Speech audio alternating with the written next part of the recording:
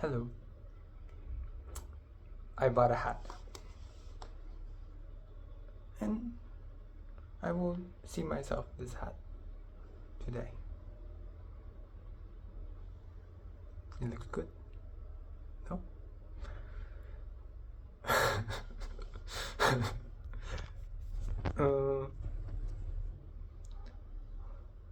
I recently got to 100 subscribers. And this is largely because I paid to promote the YouTube video. But thank you very much anyway. Yes, hopefully we can get to 500 because I heard at 500 you can start to have a community. And that would be very interesting. You know? I know what I want to start my video off today with because I was in the shower and I was thinking this would be a good way to start a video. And that video is about this idea that I have. And then today I will talk about myself. And that might be selfish sounding. People who talk about themselves oftentimes are trying to convince themselves of something. And when you see somebody looking and talking about themselves, there is the possibility, a high likelihood, that that person is trying to fit into their own self-definition.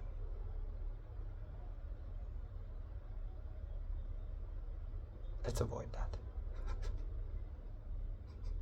Let's go away from that.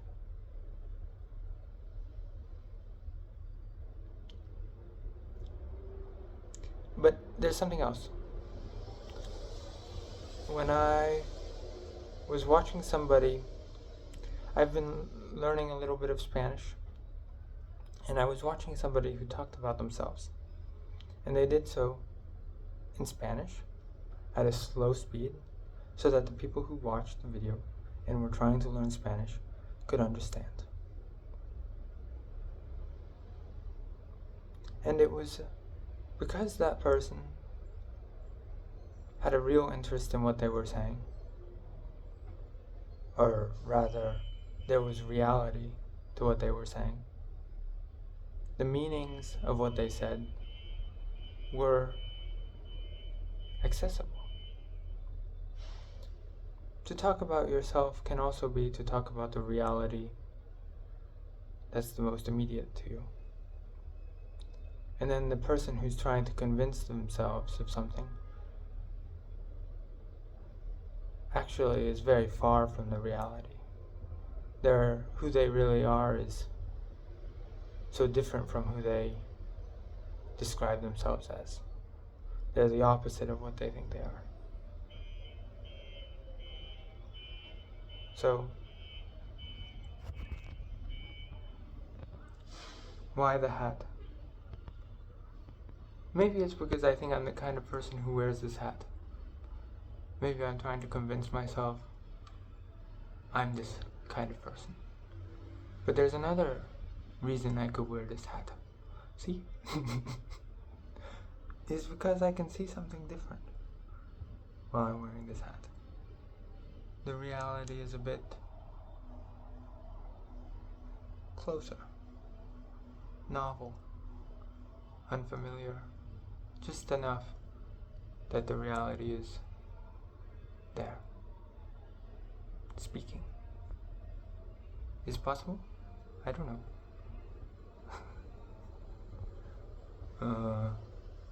But that's not how I wanted to start my video. I thought it would be nice to start my video this way. The other way. So maybe I am wrong. Anyway, but let me say what I was gonna say. I wanted to start my video by talking about placebos. Because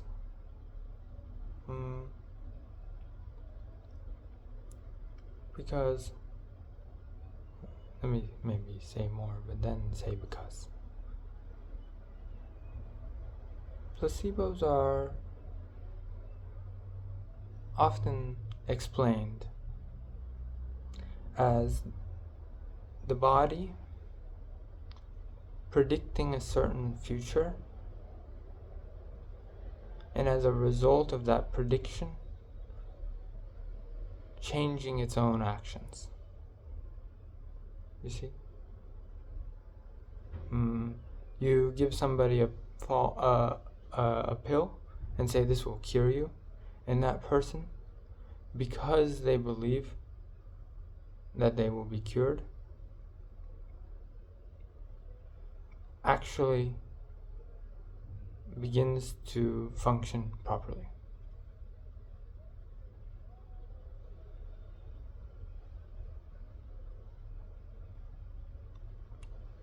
Their body adjusts to a reality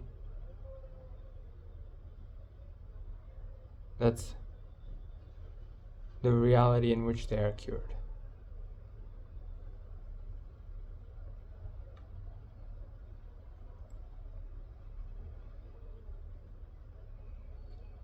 And then there's maybe a psychological placebo as well.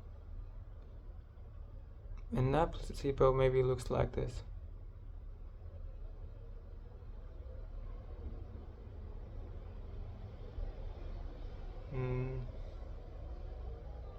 You are cared about.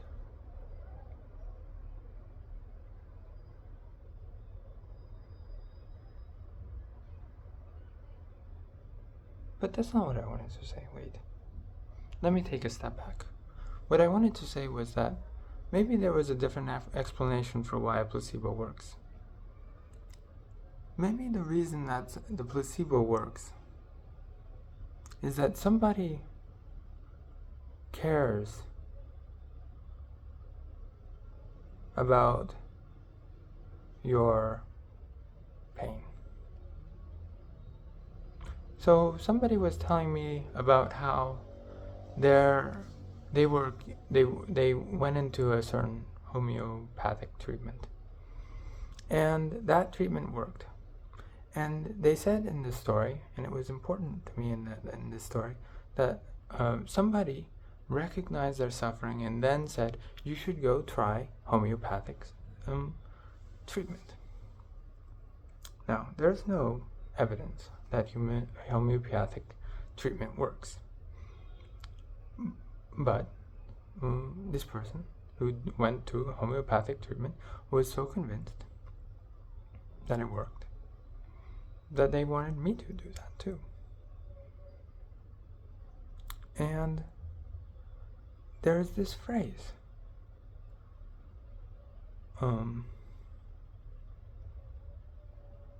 There's this phrase that, somebody else recommended her to do the homeopathic treatment because that person recognized her suffering.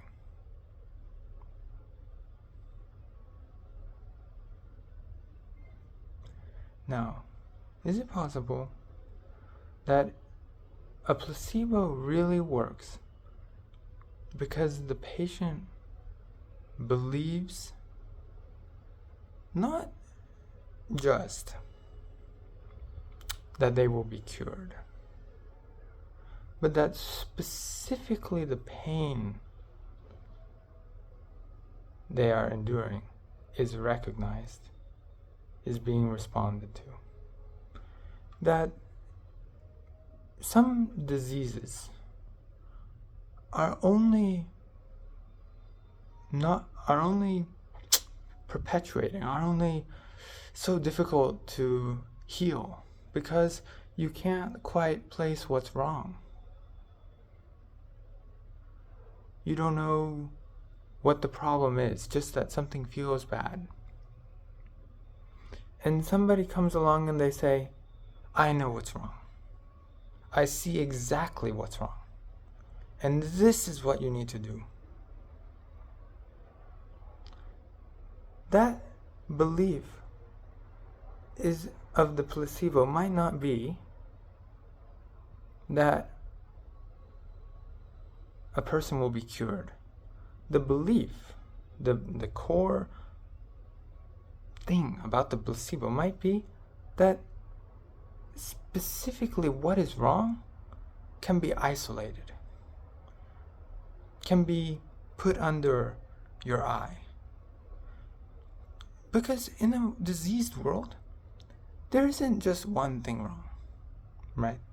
Everything's wrong. You begin to think, this thing happened and it was bad. And then you recognize, actually, that's connected to something else. And actually, the same thing I experienced there, I experienced somewhere else.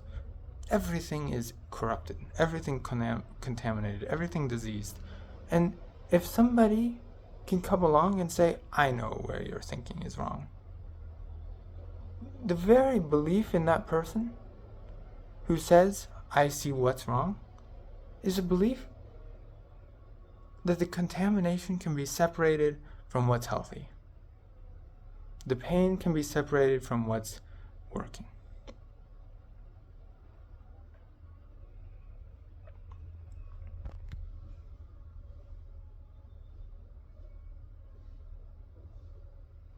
It doesn't need to be a lie. It doesn't not just need to be a lie, something you believe, but it's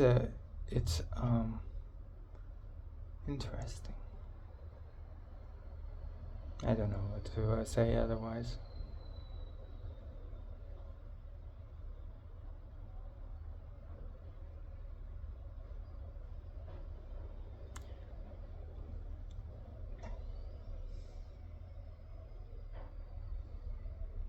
What's the point of the hat? I'm gonna take off the hat for a little bit. Maybe I will put it back on later. I will adjust my hair.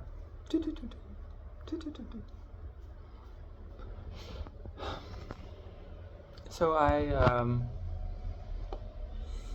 I developed something of a sense of what needs to happen in my video. I was just talking about it, about how I need to talk about myself. I need to tell you guys stories. I need to tell you guys. I said it. I told the woman, and the same person talking about the suffering and the homeopathic treatment. I told that woman, I will make videos where I discover things in my face. I will look at my face and I will discover my face. And as a process of doing that, I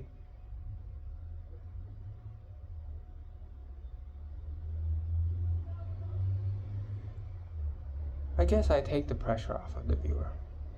I think a lot of, content creators, some of them are, it works for them, but I think they make a mistake. They impose their ideas on the audience. They say, here's how you ought to think. And I don't really even want to do that. I don't even really take any satisfaction from doing that. But I think, I don't know, maybe you grow up with teachers, you grow up with listening to people who advise you, and you just sort of perpetuate that. And maybe you even take an opportunity, like sitting in front of a camera, to invert that, to become the teacher for once, the person who can give advice. It feels good, I guess, in that way. But without the power dynamics, actually, I think it's stupid. Actually, I think I shouldn't talk about about how people should live at all, I don't want to tell people how they should think. I'm curious about people. I don't know how they already think, so I don't really know how to to convince them of anything.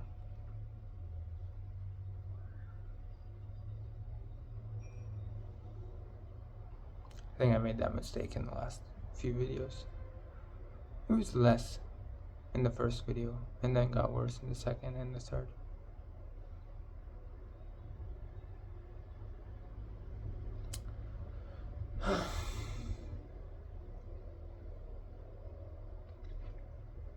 There's some really bad feeling gathering in my stomach. Not because of this video, but because of, I don't know, life. Just, I don't know. And it hasn't gone away in the last few hours. It doesn't tell me what I should do about it. There doesn't seem to be a very clear solution.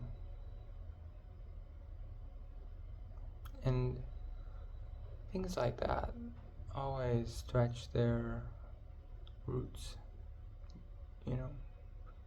And I wonder how it will manifest itself.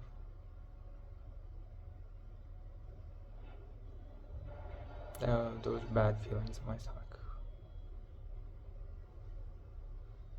I wonder what I will do about them if they become more clear.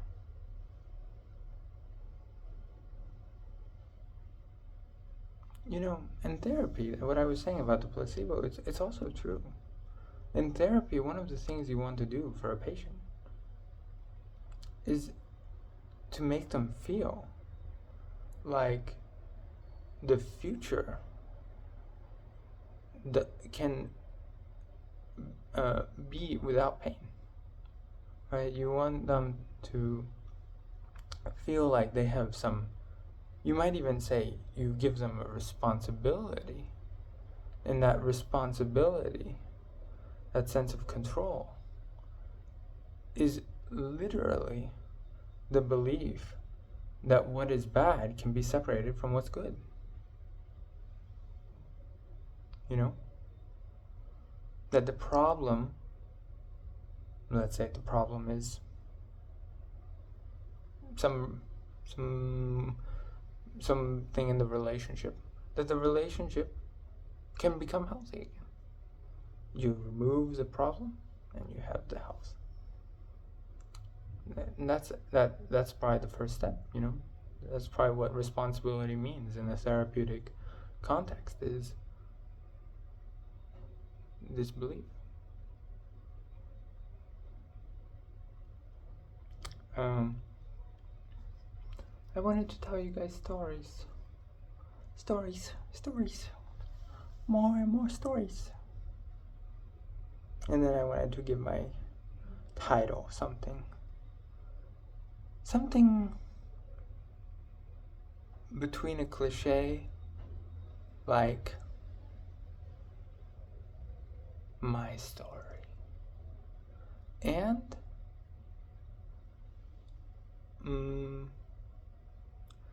something that will get people interested in the story itself. Like, let's say I wanted to tell you guys about how I got into some fight and I wanted to kill my professor. And that's what I was thinking. I was like, and then here's what my professor thought. Here are the ideas that the professor tried to lay upon me, and guess what? I wouldn't accept that. And I would make that title of the story, Why I Tried to Kill My Literary Professor.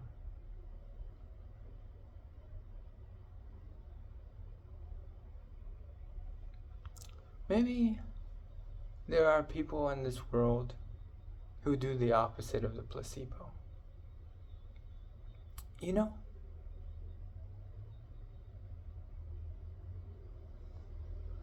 Power has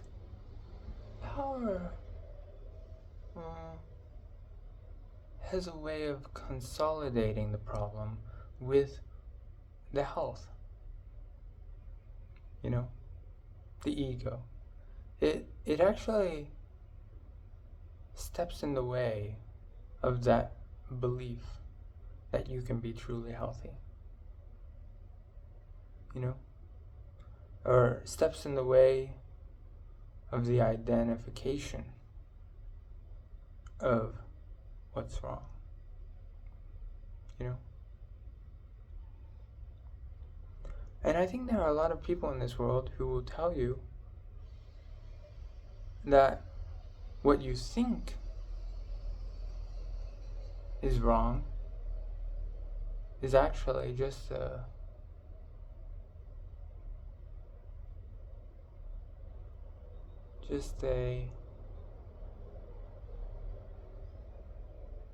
just superficial, that actually something deeper is wrong. But I think if you ever get it, you know, I can tell you a story about this. I had a girlfriend, and she had been raped. Wait, I will say raped. That way, my video can be, no, I still, whatever. She was raped. And it was pretty awful. I didn't even understand the context of it, you know, because it's pretty common for men to be awful towards women, you know, and that can be very subliminal, right? Very under the radar, so to speak, you know. And when she was, you know, talking about how her ex-boyfriend was abusive, it's not that I didn't believe her, but that I kind of felt all men are a little abusive, you know. It sounded to me like somebody I knew was angry at me and said something cruel. And I thought, a lot of people can be like that. Well, it turns out that I was terribly, terribly wrong. He was, in fact, exceptionally horrible. And when she was telling me about this, she was afraid of him. Afraid that he would come back to hurt her. Afraid that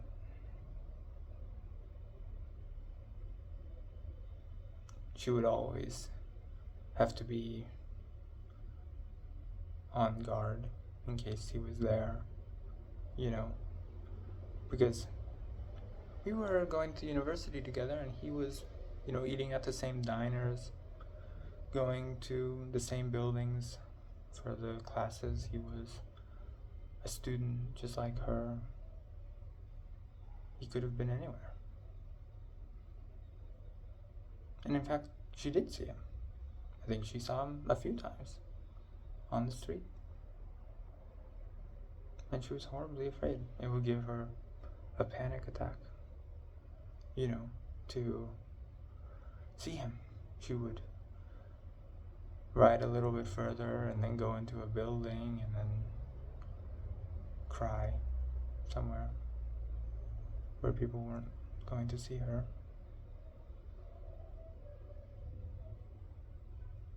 And anyway, I didn't quite grasp all of that.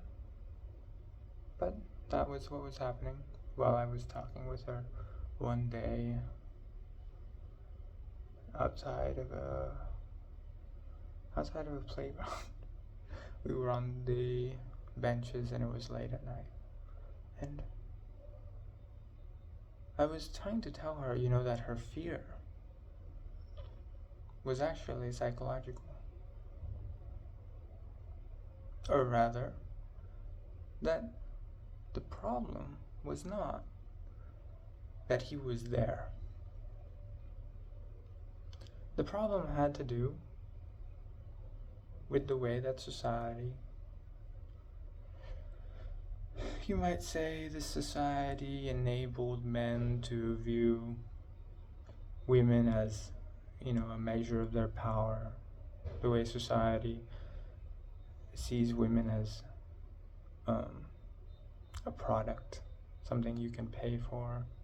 If you have enough money, you can own a woman. You know, that fear is just a manifestation of that power that you see everywhere in society. I was trying to get her to see that, but you know, in a way, her life would have been, let's not say it would have been completely healthy, but you know, if she never saw that man again and had a promise that he was never there again, voila, the problem was done. And that would have been the placebo. And you know what she did? She pressed charges against him. And I supported her. We stayed together for a long time, and I wanted her to do whatever it felt right to do, you know. But if you look at that, right, and you say she wants that man behind bars so that she never has to deal with him again, that problem would be gone forever. And I don't believe it. I didn't believe it. You know, in the back of my mind, I thought, okay, well, he's going to be behind bars, but aren't all the men that you see everywhere, don't they also hold that same cultural, the root of the problem, the power dynamics at play,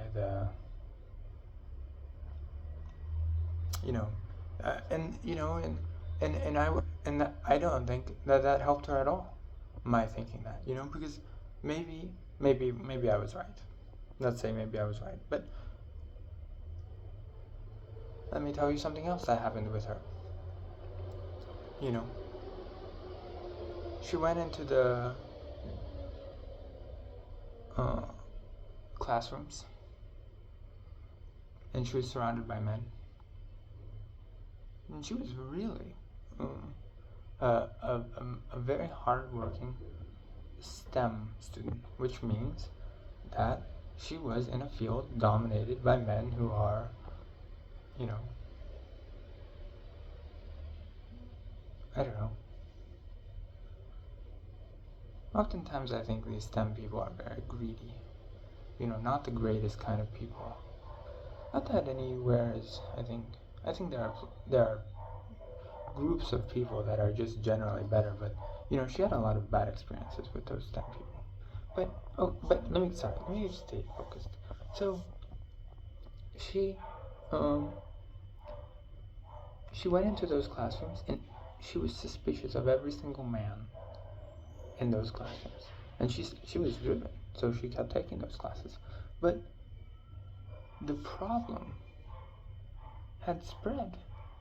Everything in her life made her afraid, you know, and that's because, and I can't help but wonder whether, one, the reason she was suffering was really because the society was a certain way, and it turns out that by simply, you know, having a traumatic experience like that, you realize it, and then every single reiteration of that power dynamic is painful, and so you go anywhere and you're afraid of what will happen.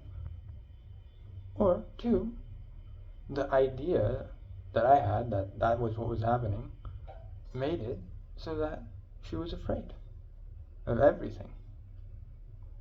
You know, I mean, I think it might have been better if I just had said, that man is exceptionally horrific. And I think he is. But you know, I don't think I would have been any different. I could have been any different. Because I've always believed that everybody is the same. Everybody has a consciousness. And some people clip their own consciousness, but it's there. I always believe everybody has a body. Everybody feels things in their body. And even if they don't feel things, it's because they've clipped their own feelings. It would have been impossible for me to consciously drive one member of society apart from the rest. It would have been impossible for me to say this man is exceptionally horrific, because I don't believe anybody is really horrific at the bottom. I think everybody's the same. Everybody at the root of who they are is the same. But it would have been probably better for her. It would have solved the issue. Maybe not solved, but helped it along. Kept the problem localized to just one person.